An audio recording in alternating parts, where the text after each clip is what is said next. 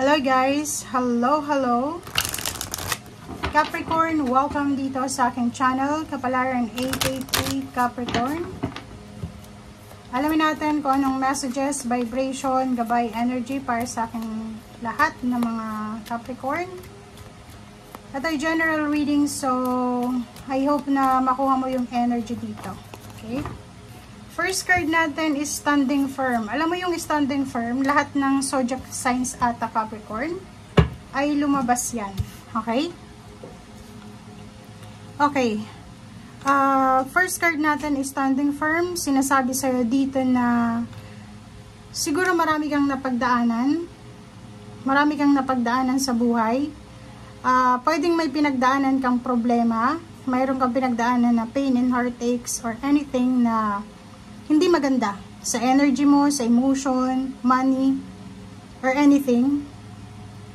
And nakikita ko sila dito na this week, Capricorn, masasabi mo sa sarili mo na you are strong, you are firm, secured, and masasabi mo sa sarili mo na parang proud ka, magiging proud ka sa sarili mo, magiging proud ka sa sarili mo na eto ako. Diba? Nakasurvive ako. Nakuha ko yung bagay na dapat makuha ko. Nakamit ko kung ano yung trinabaho ko. Nakuha ko yung outcome na tsinagaan ko. Parang ganun. So, yung Standing Firm, nakikita ko lahat ng zodiac signs. Lahat. Air signs, fire signs, water signs, earth signs. Lahat mayroon nito. So, feeling accomplished, feeling satisfied, and sobrang brave, sobrang strong, sobrang strong, okay? Simplifying your life. I cherish the simple pleasures of life. Okay, so this week nakikita ko rin na gagawin mo yung lahat para maging maayos, maging simple yung buhay mo. Nakikita ko na this week, siguro marami kang mga bagay-bagay, mga material things na hindi mo na kailangan. Ang posibleng alisin mo na, itapon mo na, i-donate mo na. Or emotions, meron kang mga emotions, energies na hindi mo na needed para sa mga susunod pa. Okay? Okay. Wow, ang ganda.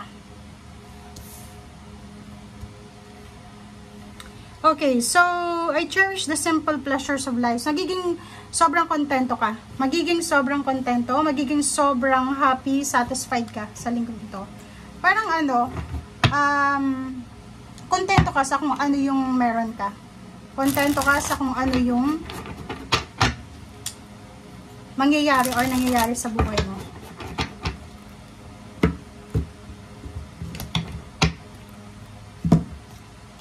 Okay, Six of Wands.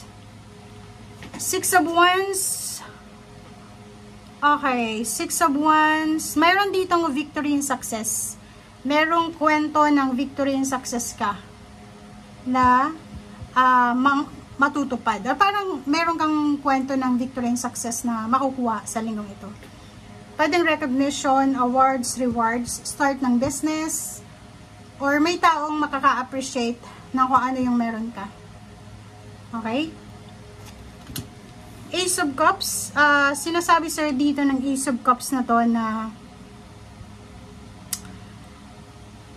love life, family life, emotion, aapo yung cups mo. Okay? Aapo yung cups mo, magiging sobrang happy ka. Yun nga, contented.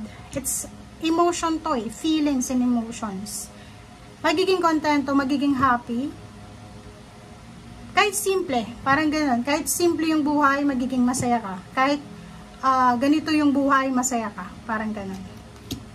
Eight of Wands. Eight of Wands is all about news. Okay? Near or far na news. Okay? And nakikita ko sir dito na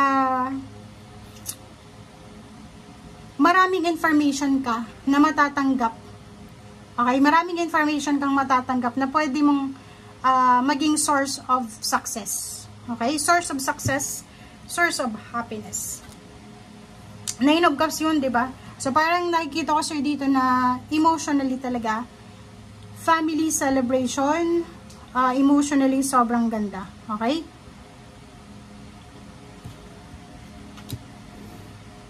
King of Wands. Ang King of Wands na to is all about work. Okay? Work, business, career. Nakikita ko sir dito na sobrang ganda ng kung ano man ito na nangyayari sa'yo, lalo sa career. Sa career mo, nakikita ko nakafocus ka. If nag-aaral ka, nagmamasteral, doctoral, or pwedeng meron kang pinag-aaralan na skills or anything, focus na focus ka. Okay? And next is Queen of Cups. Emotionally, nakikita ko yung smooth. Information, communication, emotion, sobrang smooth. Okay? And the World card, it's about travel, relocation, endings, positive endings, positive new beginnings, result. Nakikita ko yung iba sa inyo dito, nakafocus kayo sa pwedeng pangingibang bansa, pwedeng meron kayong gustong ma-achieve sa iyong buhay na posibleng ma-achieve mo talaga. Okay, Ten of Cups is all about family life. It's all about, ano ba yan? Family life. May, good news about baby. Okay? It's about baby. It's all about family, celebration. Pwedeng yung buong pamilya, pwedeng mag-travel sa iba't ibang klaseng lugar. Meron ditong happiness. Satisfaction talaga. And nakikita ko yung work mo. Yung work mo, stable, secured, and maayos. Maayos yung takbo ng trabaho. So, wag kang masyadong ma-stress ngayong linggong ito. Tama to na, simplify lang. Simplify lang. Mas okay yung simple, diba?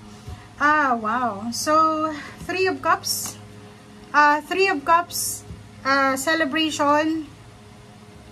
Wow. So, yung Three of Cups dito is all about celebration. Okay? The Emperor, sinasabi sa'yo dito na meron ditong isa-celebrate dahil sa isa sa mga wishes mo ang matutupad. Pwedeng promotion sa trabaho, family, na pwedeng mag-reconcile, judgment, decision making, pwedeng sa korte, contract signing sa trabaho, sa business, sa place, visa. Ang ganda ng baraha mo, okay? So, nakikita ko na yung linggong ito, sobrang satisfied. Satisfied yung life mo. And kung makikita mo ito, maganda. Family, emotion, relationship, yung focus mo sa job, may celebration dito, may mga family events, salary increase, higher position, decision making, and then work. Okay? Thank you guys. Bye!